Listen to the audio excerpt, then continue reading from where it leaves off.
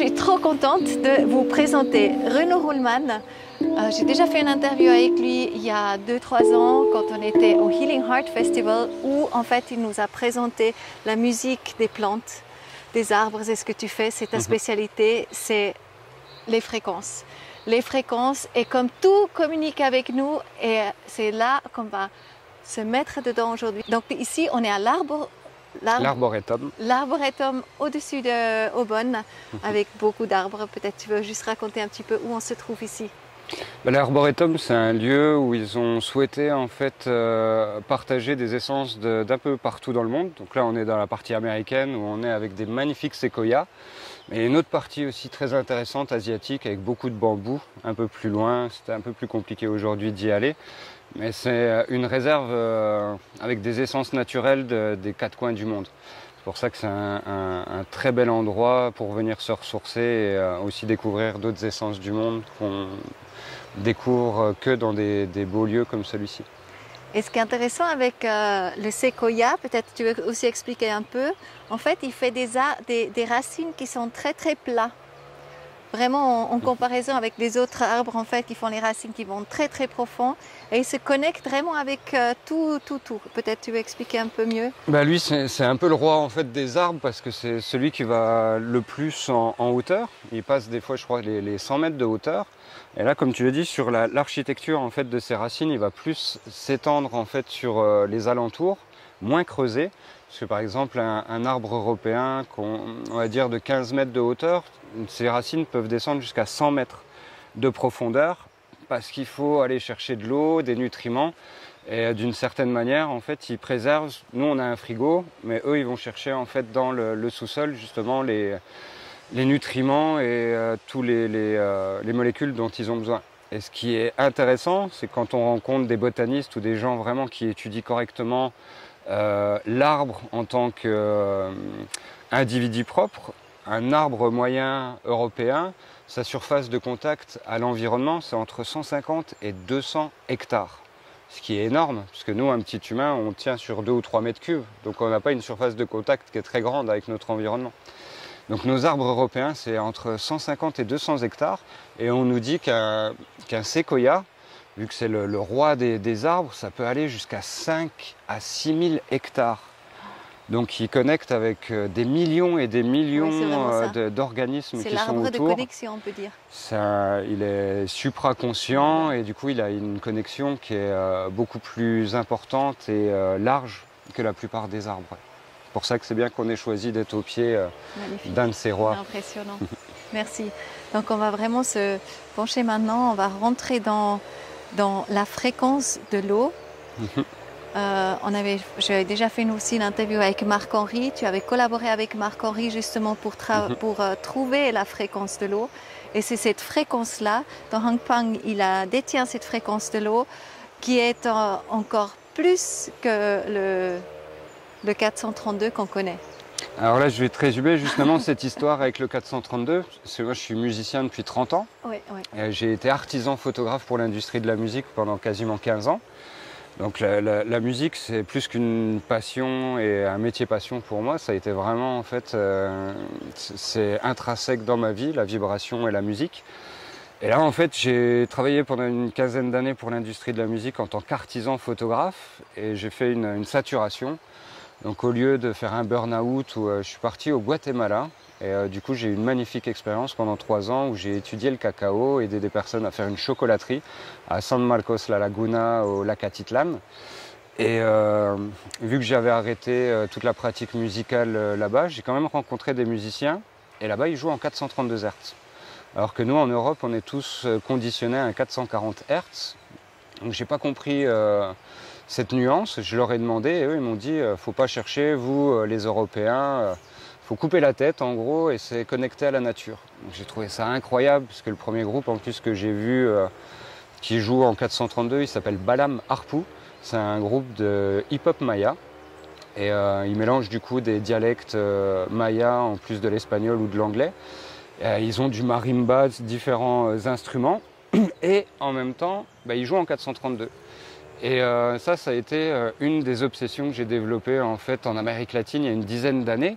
Parce que je voulais savoir pourquoi nous, Européens, on nous disait de s'accorder dans une fréquence et qu'il y a d'autres gens dans le monde en fait, qui s'accordent avec une autre fréquence qu'on nous prétend encore un peu plus naturelle. Donc moi je suis revenu en Europe pour pouvoir étudier justement cette histoire de 432 Hz, comprendre pourquoi il y avait différents accordages. Donc là je suis revenu en 2016, donc il y a 9 ans.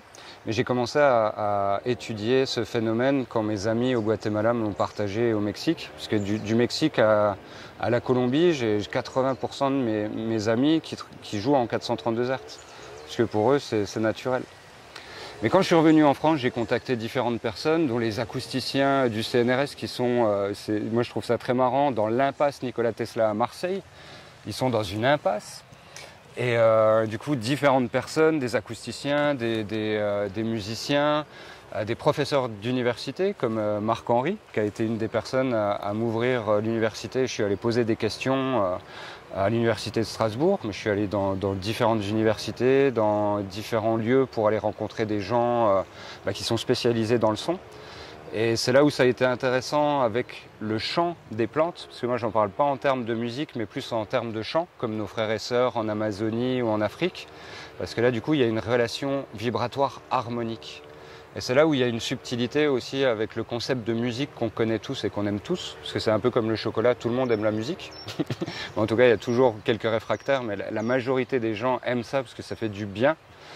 Et c'est là où c'est intéressant, parce que les premières machines pour faire de la musique avec les plantes, l'algorithme est fait pour que les plantes chantent de la musique. Et ça, c'est quelque chose d'assez intéressant, parce qu'on a commencé avec les machines de Damanhur, donc, qui s'appelle Music of the Plant. Donc ce qui est très intéressant, c'est que les premières machines qui ont été développées pour entendre les plantes, donc c'est la communauté de Damanhur, et on ne sait pas qui est réellement l'ingénieur. Le brevet a été déposé par Falco, le créateur de Damanhur, mais on sait que ce n'est pas lui qui a créé cette machine.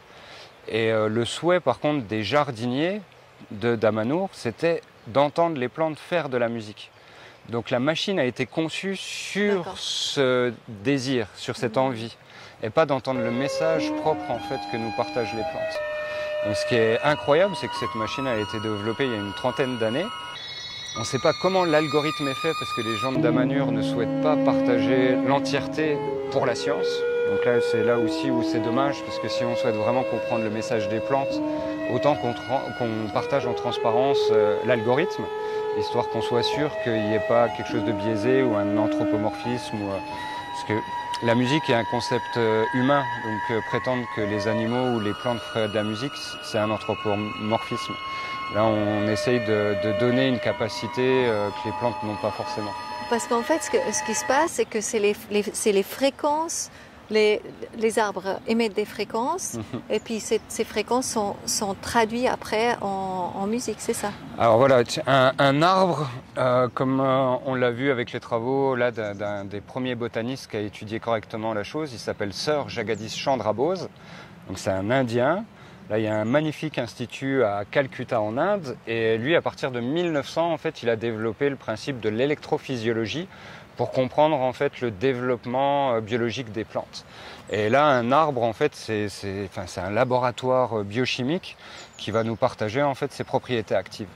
Et là, il y a un phénomène qui a été trouvé aussi il y a une trentaine d'années qu'on appelle les protéodies, les mélodies de protéines, où là, il y a un physicien qui s'appelle Joel Sternheimer qui a voulu calculer les fréquences des acides aminés. Et c'est assez sérieux parce que son professeur de thèse, quand même, derrière, il s'appelle Louis de Broglie. Donc c'est le seul Français qui a eu un prix Nobel en 1929. Donc c'est quelque chose d'assez sérieux derrière. Sauf que le côté qui est intéressant, Joel Sternheimer, c'était un musicien qui s'appelait Évariste. Et lui, il a eu la bonne idée justement de voir s'il y avait une harmonie entre la biologie et la musique. Sauf qu'au lieu de prendre la fréquence pure, il s'est dit on va prendre une note de musique proche. Donc là, on voit qu'il y a des effets qui fonctionnent, mais comme on est comme une radio, c'est bien d'avoir la bonne fréquence. Quand on est dans la voiture, si on est un petit peu à côté de la fréquence, on sent que ça grésille, on n'a pas l'information optimum. Et là, c'est ce qu'on est en train de comprendre aussi avec la perception vibratoire, là, des éléments, des fréquences. C'est que là, si on a la fréquence juste, bah, du coup, on va avoir un phénomène de biorésonance. Un petit peu comme le verre qu'on peut éclater, puisqu'il va rentrer en résonance et on peut casser le verre. Bah, ça, c'est le principe aussi pour détruire des cellules cancéreuses, par exemple. Mais on a la stimulation, on peut restimuler une molécule. Et c'est là où, justement, mes travaux avec le 432 Hz, a essayé de comprendre pourquoi il y a des gens un peu partout dans le monde, ou de plus en plus de gens qui l'utilisent en thérapie, essayer de comprendre la valeur en fait de cette fréquence. Mais ça, c'est devenu connu en fait que le 440, que ça stimule pas. Donc quelque part, c'est un petit peu un Non, plan. c'est complètement faux. Parce que là, en fait, c'est dans la dualité à toujours avoir des gens qui sont pro, anti, pour ou contre.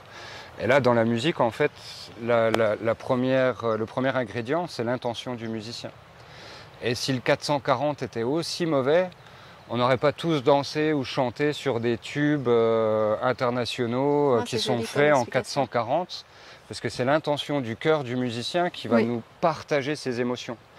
L'accordage, c'est ce qui permet en fait de mettre un cadre pour jouer à plusieurs. D'accord. Et que là, quand on voit en fait dans l'histoire de la musique, il y a eu énormément de diapasons.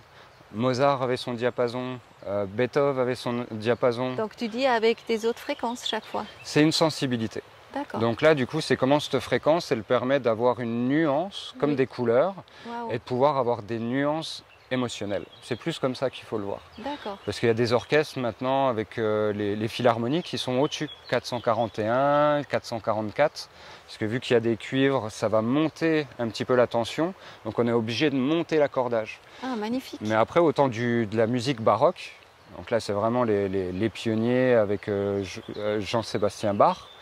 Bah, eux, ils étaient beaucoup plus bas, aux alentours de 415. Donc là, si on voit comme une corde tendue, bah là, du coup, on est beaucoup plus détendu. Normalement, c'est ce qu'on appelle, il y a un demi-ton d'écart. On peut toujours jouer à ça. Ce Tout que je trouvais très intéressant, c'est qu'on avait fait venir Miha Pugachnik à Venise, là, il y a quelques années. Il y a un an et demi. Il y a 2 ans, oui. Ouais, et en fait, il était tellement stupéfait de la fréquence de l'eau qu'il a directement changé en fait l'accordage de son violon. Voilà, le violon. Et tout le monde est complètement enchanté. Donc peut-être maintenant on plonge dans cette... J'ai eu le même événement quand j'ai emmené ce handpan prototype du coup, qui est accordé à la fréquence de l'eau. On m'a invité en 2021 à Ibiza pour faire des présentations de mon travail. Et les gens qui m'ont invité, ils sont renseignés sur mon passé d'artisan photographe et ils ont fait venir un musicien que je ne connaissais absolument pas, qui s'appelle Ablaye Sissoko, qui est un des joueurs de kora incroyables du Sénégal. Et j'ai pu le faire jouer avec des plantes. Il y a une vidéo archive sur internet avec une lavande. Et on s'est vu 3 jours. Et un jour, je me suis mis dans le salon à jouer avec le handpan. Et au bout de 30 secondes, vraiment, j'ai la tête d'Ablaye, habillé avec un costume bleu magnifique. Non, il ne me dit pas c'est quoi ça. Il me dit il faut que je m'accorde comme ça. Donc là, c'était là, je dis incroyable, que là, du coup, ils ressentent en fait cette sensibilité à se dire là, comment ça joue et ces fréquences, bah là, je me sens bien. Donc on a constaté ça chez certains musiciens. Et là, on est en train de pousser vraiment la chose pour comprendre entre ce 429,62, qui est vraiment la fréquence de l'eau proche du 440, et on constate qu'elle est proche du 432 Hz. C'est pour ça que des gens comme Marc-Henri valident le 432 d'une manière où il est dans le champ de cohérence vibratoire de l'eau.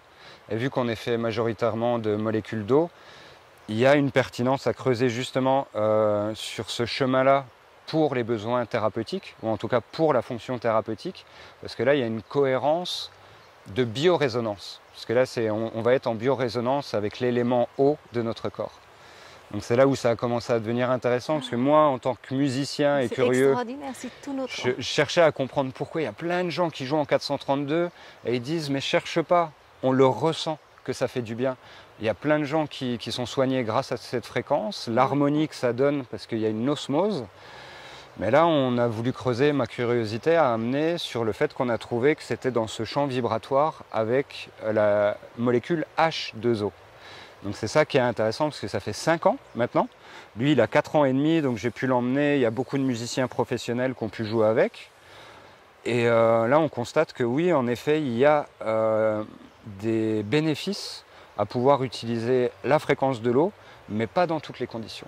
Parce que faire un instrument en fait accordé à cette fréquence, c'est pas évident.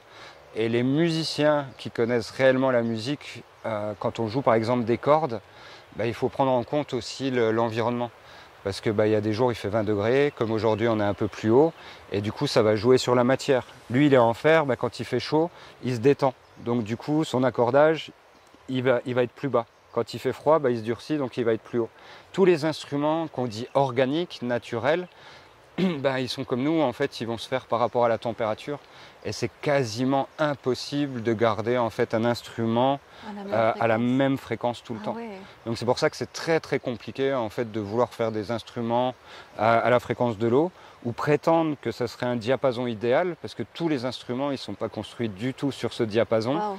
Et que là bah, on observe en fait même avec des scientifiques que le 432 serait l'équilibre à avoir pour faire de la musique. Parce qu'on a déjà beaucoup d'instruments qui sont faits, c'est un nombre entier, parce que quand on a un nombre irrationnel à virgule comme la fréquence de l'eau, parce que toutes les molécules en fait, ou toute la vie est basée sur des nombres qu'on dit irrationnels, qui sont complexes. La base, c'est le nombre d'or, qui nous montre que bah, toute l'architecture de la vie est basée sur des nombres qui sont irrationnels.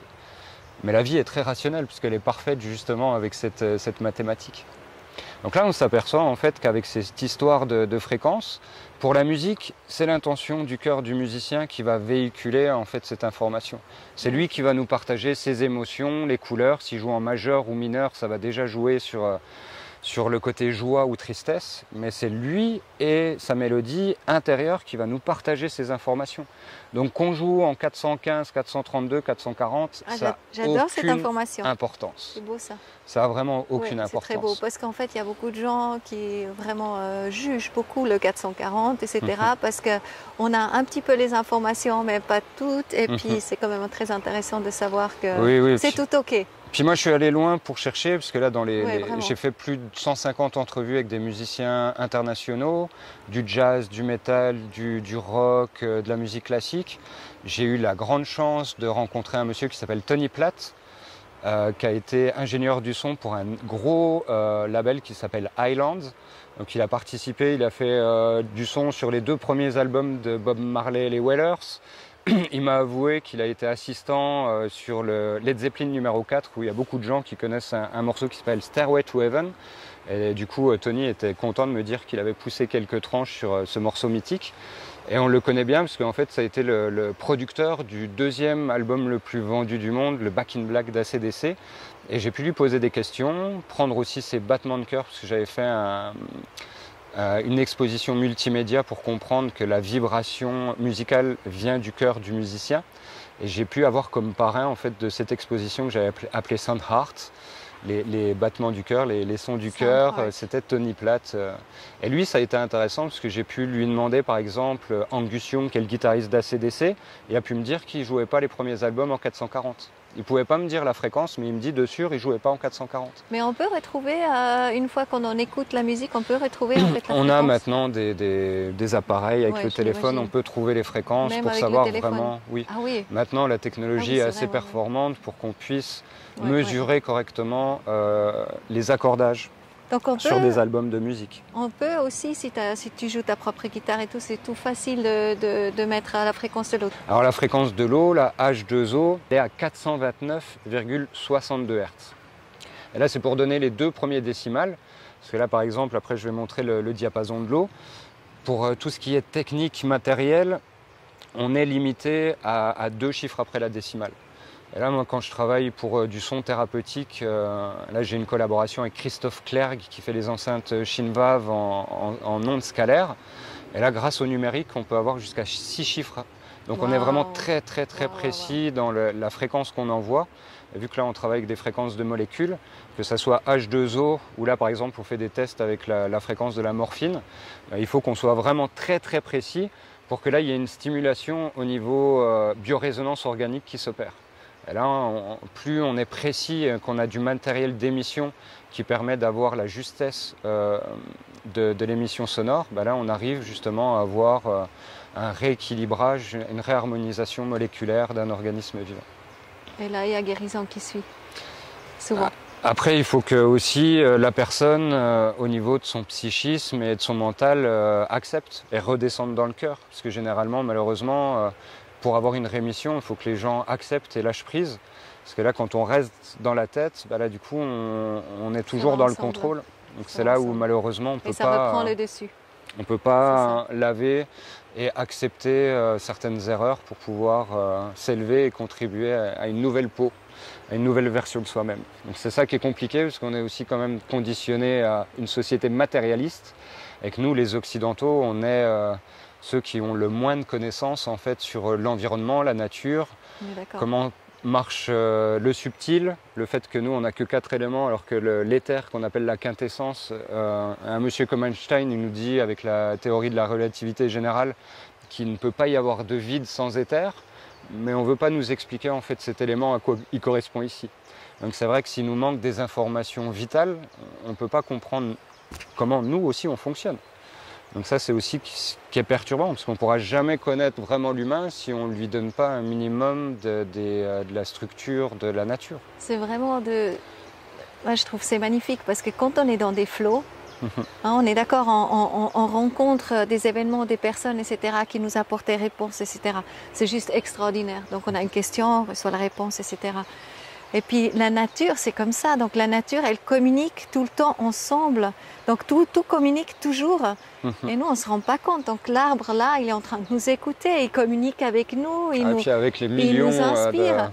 Et c'est ça que nous sommes vraiment invités de faire. C'est avant notre temps, il y a eu, paraît-il, les animaux qui ont aidé à construire en fait les maisons. Les éléphants ont porté des pierres, etc., pour les êtres humains, parce que c'était ensemble.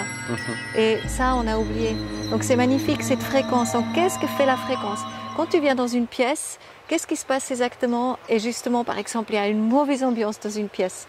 Qu'est-ce qui se passe avec les fréquences des gens qui viennent, qui peut-être étaient bien quand ils étaient dehors, et puis qui rentrent dans une pièce? Et est-ce que tout le monde s'accorde dans cette fréquence qui règne, ou comment ça se passe? Ça, c'est intéressant que tu poses la question sur les intérieurs, parce que on s'isole du vivant avec du béton, avec du plastique, avec du verre, des choses qui nous coupent en fait des matières vraiment organiques. Et là, c'est vrai qu'on voit, suivant les lieux et aussi l'importance énergétique, comment le lieu a été posé.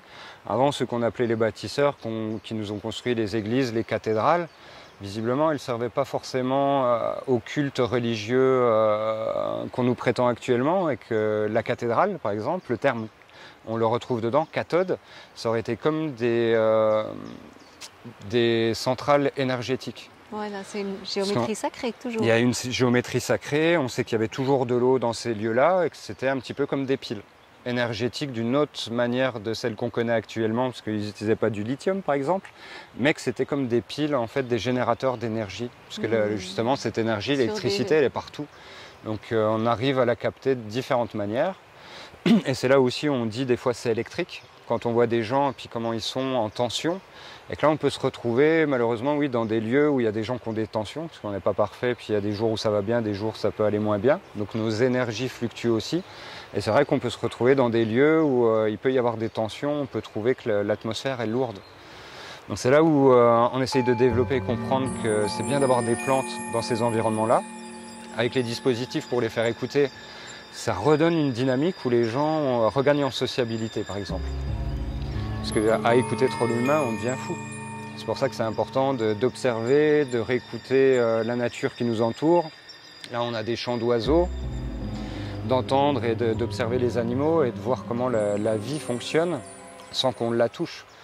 Et là, c'est pour ça que moi, j'ai eu la grande possibilité dans ma vie de partir 3 ans en Amérique latine, Guatemala et Mexique, pour reprendre ce chemin d'observation et surtout de contemplation.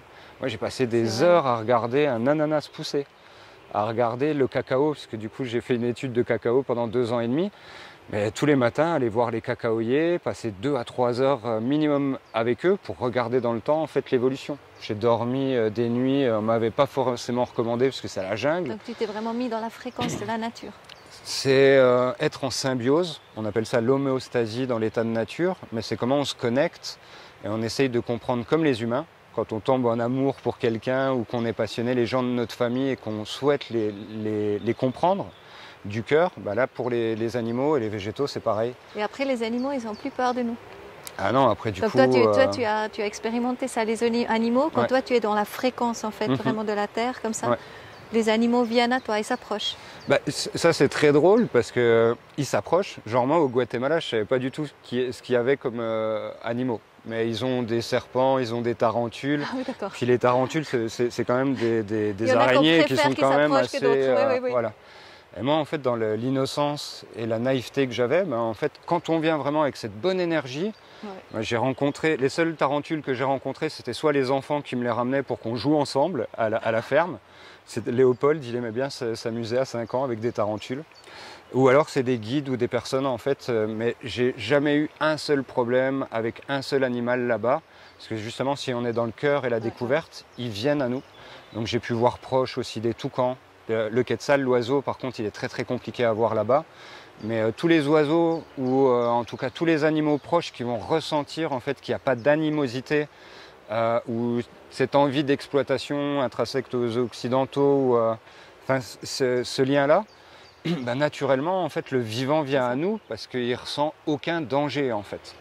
Et c'est là où il y a vraiment à travailler plus là au niveau occidental, puisque nous, on nous a mis en fait dans ces dominances de la nature, à nous prétendre qu'on était au-dessus des animaux et des végétaux. Donc eux, ils ressentent que dans le conditionnement, on se sent supérieur. Et c'est pour ça que les animaux, ils préfèrent nous fuir ou se cacher.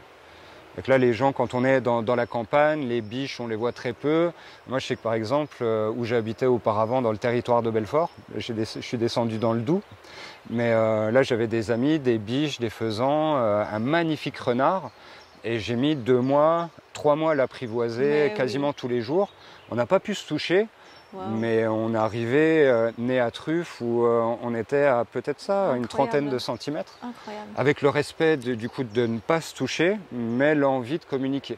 C'est ça qui est vraiment très intéressant, puisque bah, les animaux ont très envie de communiquer avec nous. C'est juste en fait on a oublié qu'on faisait partie de cette grande famille, et c'est ce côté vibratoire justement qui fait que là on ne pense plus. On n'envoie pas une pensée genre j'aimerais être ton ami, mais un flot d'amour pour dire viens on joue.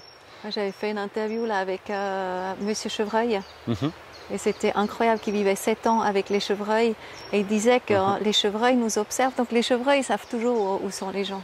Ils savent toujours. Tout le temps. C'est extraordinaire. Et se rendre compte de ça, nous on a l'impression waouh, on voit un chevreuil et puis waouh, on a réussi. Mais non, c'est eux, ils nous observent en fait de loin. Et ils disent qu'ils connaissent. Il dit les chevreuils connaissent les gens qui viennent régulièrement, donc c'est extraordinaire, mais c'est normal. Mais on ne pense pas à ça. Oui, et puis en espagnol, on dit la buena onda, c'est la bonne onde. Et là, les gens, quand ils rayonnent, ben, en fait, la nature environnante, le vivant va le ressentir. C'est ça. Et ça, pour la petite anecdote aussi, il y a 2 ans, j'ai eu la chance d'être invité en mer Rouge aussi, avec l'association Atlantis, avec une aventurière française incroyable, une amie qui s'appelle Priscilla Telmont. Et là, du coup, on a nagé pendant 5 jours avec des dauphins. Et là, moi, c'était pareil, c'était l'envie de voir comment je communique avec les plantes, si j'arrivais à le refaire aussi avec les dauphins. Et j'ai des amis qui peuvent témoigner, François-Marie Dru et Philippe, je ne sais plus son nom de famille, mais là il y a 2 personnes qui m'ont vu le dernier jour. Je voulais remercier vraiment les dauphins de cette expérience incroyable, parce que moi je sais pas, c'est la première fois que je vivais cette expérience assez dingue.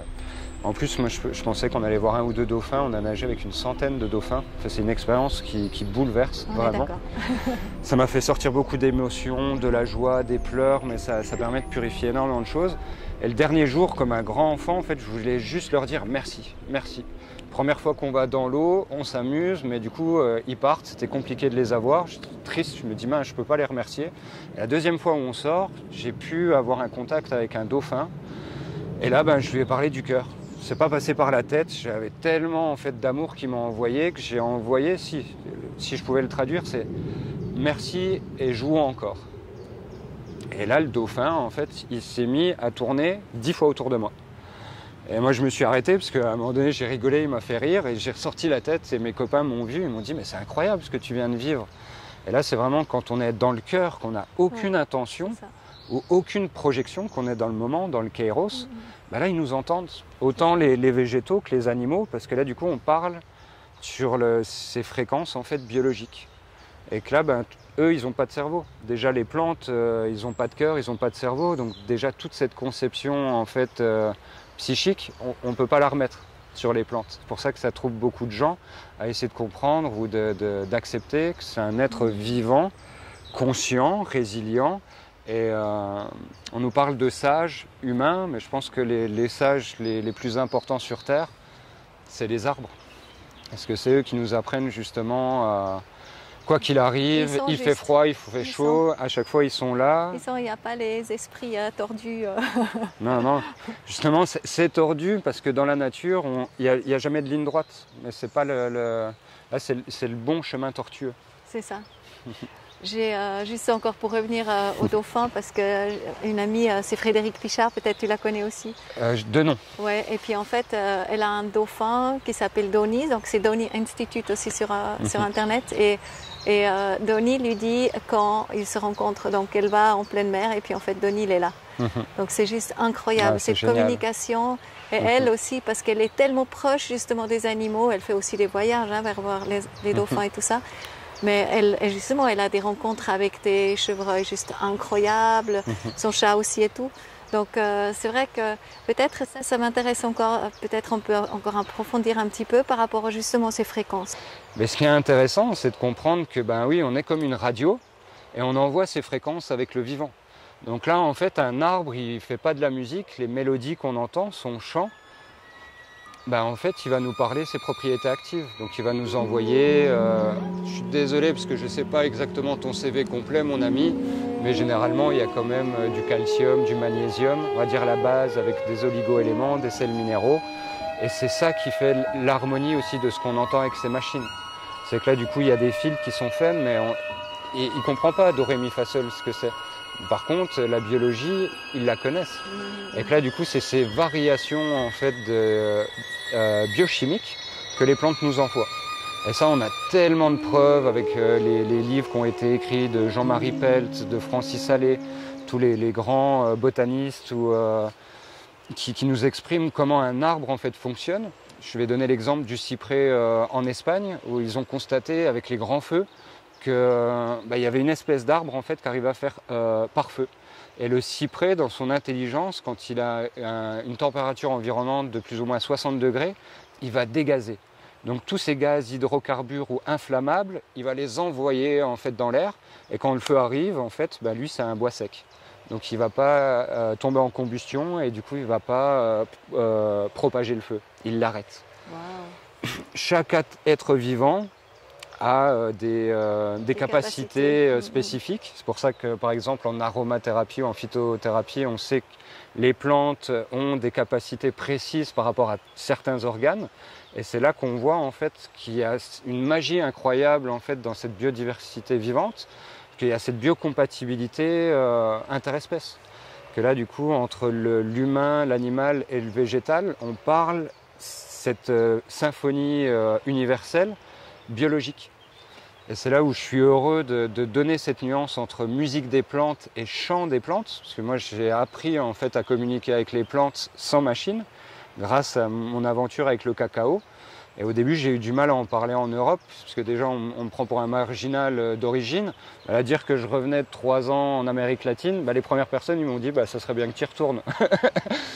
J'aurais bien envie, je reste encore là quelques temps parce qu'on n'a pas fini d'étudier et de partager tout ce bon savoir. Mais j'ai vécu sur une terre qui est vraiment incroyable au Guatemala et au Mexique, où justement on apprend plus cette relation avec le vivant, cette interconnexion qu'on a. Et là, ils ont ouvert cette clé vibratoire avec le 432 pour comprendre qu'on est vraiment une radio. Et si on arrive à comprendre ces histoires de vibrations de molécules, bah là on peut envoyer justement une information précise pour restimuler en fait l'organisme et pouvoir rééquilibrer son côté sanitaire. J'ai rencontré un indigène et il m'a expliqué que les chamans et tous les êtres qui sont très proches de la nature, en fait, ils savent toujours quand il y a quelqu'un qui rentre dans la forêt, parce qu'en fait, les arbres communiquent ça jusqu'à eux. Ouais. C'est pour ça. Et voilà, parce que tout communique et puis si on s'écoutait, donc là, on a vraiment encore un petit travail devant nous. Oui, puis tous les gens qui guérissent, ils sont connectés en fait à l'état de nature. Moi, c'était pareil quand j'étais au Guatemala. J'étais très curieux de la nature, mais mes amis m'ont préconisé de demander à l'esprit du lieu avant d'y aller. Donc ça, c'était aussi très intéressant comme leçon, parce que par exemple, il y a des volcans magnifiques, comme c'est le Pacaya, je crois qu'il s'appelle, du coup c'est ultra volcanique, c'est un lieu assez incroyable, énergie, mais il faut demander à l'esprit du lieu avant d'y aller. Donc eux, à chaque fois, ils me préconisaient le jour d'avant de faire une intention pour demander au lieu, et dans la nuit, en fait, j'avais une information pour me dire quand je me réveillais, j'avais le droit d'y aller. Et c'est assez incroyable, parce qu'avec la force de là-bas, ben oui, il y avait un passage dans la nuit, il y avait un message qui passait pour dire, ben là, il n'y a pas de problème, tu peux venir. Et nous, on a oublié aussi, on ne nous a pas appris occidentaux, parce que ça ne nous viendrait jamais à l'esprit. Je ne suis pas venu encore chez toi ou tu n'es pas venu chez moi, mais ça ne nous viendrait jamais à l'esprit si on s'invite. Le lieu, en fait. Bah, tu ne vas pas ouvrir la porte, aller directement dans le frigo. On nous a appris la politesse. On va toquer, on va sonner, on se présente, on dit bonjour. Il y a des formules de politesse, mais qu'on a complètement oubliées avec le vivant. Et que là, toi, on est dans l'arboretum, et c'est vrai que moi, je suis arrivé 1 heure avant toi, donc je suis venu, je me suis présenté. Et puis hier, quand on a parlé, j'ai dit, mon Dieu, ce lieu est magnifique, j'étais content de revenir là. Mais à chaque fois, c'est se présenter, montrer qu'on a les énergies aussi, et voir si le lieu accepte nos énergies. Et ça peut paraître bête, où il y a des gens, ils vont peut-être sourire, mais normalement, c'est la base. Quand on va chez quelqu'un qui nous reçoit, on a des formules de politesse. Comment se fait-il qu'on les a oubliées pour le reste du vivant? Et aussi, par exemple, quand on coupe justement des branches d'arbres, ou aussi le gazon ou comme ça. En fait, j'ai aussi eu un sage une fois chez moi, Silois, qui disait que en fait, le jour d'avant ou 2 jours avant, en fait, tu parles au gazon et tu dis que tu vas le couper. Et comme ça, lui, il retire en fait, ou il ramène tout dans les profondeurs. Et puis en fait, on peut le couper. Donc en fait, toujours avertir et aussi justement toujours de couper demander. les branches d'un arbre. Et commencer avec les légumes et tout ça. Bah, là, par exemple, là, ça me donne l'envie de partager l'exemple de l'ortie. Parce qu'on a tous des mauvaises expériences en étant enfant où on s'est fait gratter par les orties. Et là, ben, c'est pas compliqué en fait de demander à l'ortie d'enlever en fait, c'est de la silice qui est dans ces petits pics en fait et qui va donner ce côté urticant. Et là, on peut demander en fait à la plante. Et si on prend en fait par le dessous, déjà en dessous il n'y en a pas, mais là on peut demander à la plante qu'elle retire. Donc ça va piquer, mais on n'aura pas en fait la sensation d'irritation. Et ça, moi je l'ai appris à des enfants, ça marche très bien. C'est le pouvoir de l'intention, et si on ne va pas avec c'est pas un besoin, mais on nous a conditionnés à avoir ce côté dominé, à demander quelque chose et à avoir une hiérarchie. Et si on est vraiment dans le cœur, en fait, la plante le reçoit. Et après, ben, du coup, on a la plante qui modifie en fait sa capacité pour que nous, elle soit biocompatible. Et tout le vivant fait ça. C'est juste nous qui avons oublié en fait ces formules de politesse, les intentions, comment on les pose et comment après on va proposer d'avoir cette biocommunication avec d'autres êtres que des humains. C'est magnifique. Et par exemple, quand tu joues, ce qu'on va faire maintenant, à ce moment-là, ça touche vraiment directement donc l'eau dans chaque personne, directement. Et en fait, ça nous amène directement, si on n'est pas trop dans la tête, dans le cœur. Ouais. C'est le but justement de lâcher prise, de ne plus être dans les projections, le passé, le futur, pour pouvoir revenir dans le moment présent. Et du coup, jouir justement de tous les éléments qu'il y a autour de nous pour être avec l'environnement. C'est là les méthodes de méditation ou du yoga, c'est comment on revient, on se réancre dans le moment présent. Et si par exemple maintenant on n'a pas, donc on ne joue pas encore, la fréquence du cœur, c'est la même fréquence C'est l'eau ou c'est... Non, parce que là, l'eau, c'est un élément, en plus c'est particulier, parce que même quand on demande en fait aux scientifiques, il y a beaucoup de gens, ils ne savent pas nous dire ce que c'est que H2O. On ne peut pas le montrer. Et ça, c'est marrant, parce que en plus, tu me parlais de Gunther tout à l'heure, Gunther Paoli, qui est aussi un ami, c'est collaborateur et mentor. Et Gunther, il dit que dans une goutte d'eau, il y a 2 millions de bactéries et 1 million de virus. Donc une goutte d'eau, en fait, elle contient déjà la vie. L'eau, c'est la vie, et ça va même plus loin, parce que l'année dernière, j'ai passé 2 mois en Inde, et les traditions ayurvédiques ou tibétaines, ils rapprochent en fait l'eau avec la conscience, et que l'eau pourrait être en fait l'élément vecteur ou transmetteur de la conscience. Ça, c'est intéressant aussi. C'est très très intéressant. J'ai une fois un rêve, j'ai un ami qui est en chaise roulante, et j'ai eu un rêve très très réaliste, où j'avais reçu que en fait, c'est l'eau qui allait informer en fait les lésions, et en fait il a les nouveaux marchés. Donc je crois que c'est l'eau qui soigne effectivement et qui va pouvoir guérir même des personnes aujourd'hui en chaise roulante. Ouais. En tout cas... Parce qu'il y a cette histoire de mémoire de l'eau, mais si déjà dans une goutte d'eau on a 3 millions d'individus, on va dire, enfin qu'il y a des organismes vivants, on rajoute tous les éléments de vie, l'intention de la personne. En fait, c'est comme un disque dur quantique qui va nous permettre de... Quand on achète de l'eau minérale en bouteille, il y a marqué la composition. Elle est transparente, mais on prend 2 bouteilles, il n'y a pas le même taux de calcium. Pourtant, le calcium, il est à l'intérieur. Il y a bien de l'information en plus que seulement H2O. Parce que H2O, ça ne nourrit pas. C'est les éléments de nutrition, les oligo-éléments, tout ce qu'elle va accumuler, en fait... C'est un petit peu comme une gourde, enfin, je ne sais pas comment on pourrait exprimer, parce que c'est vrai que c'est assez intriguant que les scientifiques, encore en 2025, sont incapables de nous expliquer correctement ce qu'est H2O. Alors, peut-être on va... Alors je vais... Hop. Ouais, parce qu'il part un petit peu. Voilà. Hop. Alors ça c'est marrant, parce que du coup je vais juste faire écouter un petit peu, parce que ça c'est le premier prototype au monde de handpan à la fréquence de l'eau. Donc avec ce La à 429,62 Hz. Et là, ce qui a été intéressant, c'est qu'on l'a fait faire avec une gamme naturelle. Donc il n'est pas en gamme de Pythagore, on a voulu qu'il soit plus proche des mathématiques de la nature. Donc je vais juste vous faire écouter un petit peu, parce que là c'était sur justement la recherche et le fait de comprendre pourquoi il y avait des gens qui jouaient en 432 Hz, et qu'on est tombé sur justement ce champ vibratoire proche de l'eau. Et c'est ça qu'on est en train de voir aussi avec ces fréquences de résonance des molécules, c'est qu'on a une équation incroyable qui nous a été partagée par Albert Einstein, ce fameux E égale mc2, qui en fait a été une suggestion de sa première femme qui s'appelle Marianne, qui lui a conseillé de lire Henri Poincaré, puisque ça vient de Poincaré. Mais là, avec le E égale mc2, en fait, la physique quantique, elle nous permet de comprendre qu'on a 2 mondes, le monde de la matière et le monde des fréquences. Et Max Planck a utilisé aussi la même équation, et c'est cette équation-là qui nous permet en fait de calculer les molécules. Le mc2, c'est de la matière. Donc là, on peut avoir la masse molaire. Par exemple, l'eau, c'est 18 grammes avec des virgules. Et là, on peut passer de ce 18 grammes de mol en fréquence. Et ça, du coup, c'est assez incroyable. Moi, je suis stupéfait qu'il n'y ait pas encore plus de gens en fait, qui développent ces techniques-là. J'ai pu en parler avec un Canadien qui commence à en parler énormément, Marc-Alain Lavoie, puisqu'il a sorti un grimoire des fréquences. Il a parlé aussi de Marc-Henri, et du coup, je l'ai contacté pour lui expliquer ces histoires de 432 et de fréquence de l'eau. Ernst nous en parle aussi bien avec justement les protéodymes pour faire comprendre justement que cette harmonie, c'est pas de la musique, c'est une interaction biologique et biochimique. Et ça, une fois qu'on le comprend comme ça, par exemple, avec ces histoires de fréquences de musique, on ne peut pas mettre ça sur une gamme de Pythagore. C'est pour ça que là, on a des instruments fermés, mais le mieux, c'est ce qu'on appelle du microtonal. C'est qu'on utilise les fréquences pures et qu'on refait en fait des gammes.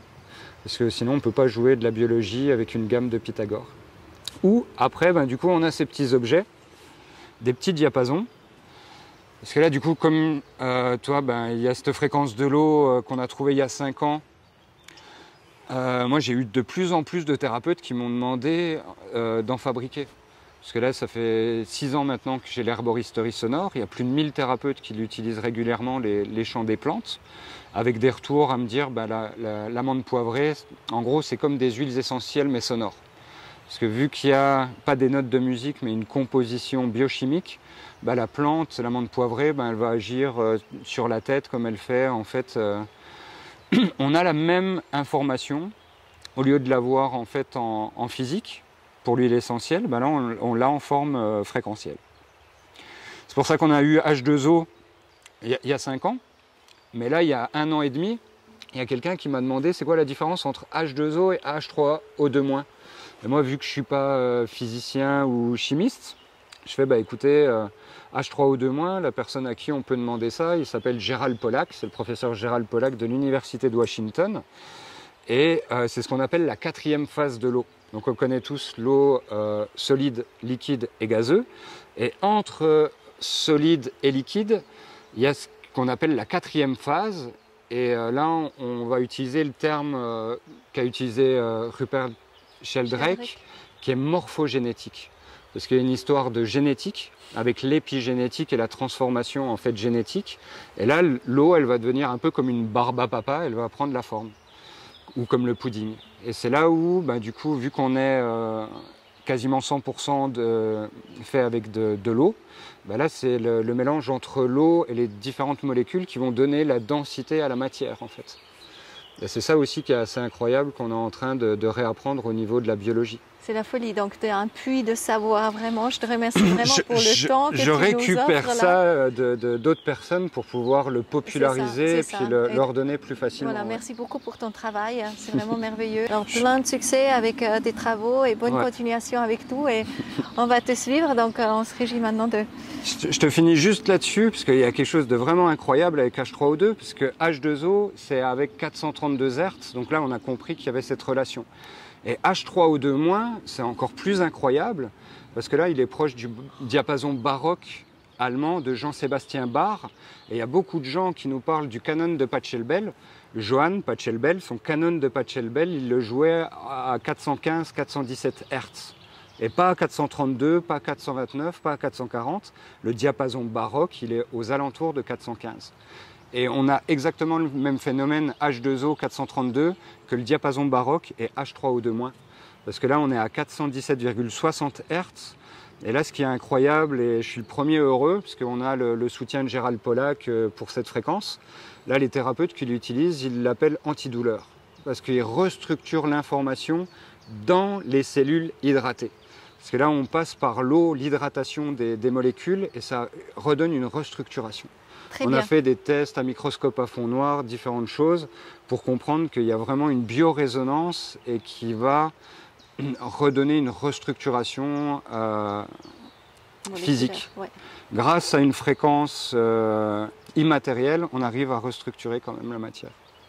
Magnifique. Il n'y a que des belles choses pour la suite qui arrivent. Et là, c'est des curiosités pour le bien commun, où on se doit justement de partager ces informations pour pouvoir nourrir le collectif et voir justement qu'il y a uniquement des solutions. Et quand il y a un problème, ben, c'est que là on cherche dans la mauvaise direction. Magnifique. On se régit maintenant. Et moi je vais aller derrière la caméra. Je te laisse aller au milieu peut-être de l'arbre comme ça. Ah, ouais. On profite vraiment de ce petit concert.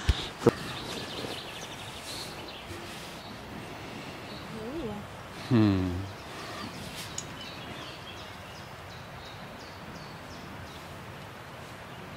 fais juste une petite improvisation d'1 ou 2 minutes pour remercier notre magnifique ami d'avoir été en présence avec nous. Et comme ça vous fait découvrir aussi le son d'un instrument accordé à la fréquence de l'eau H2O.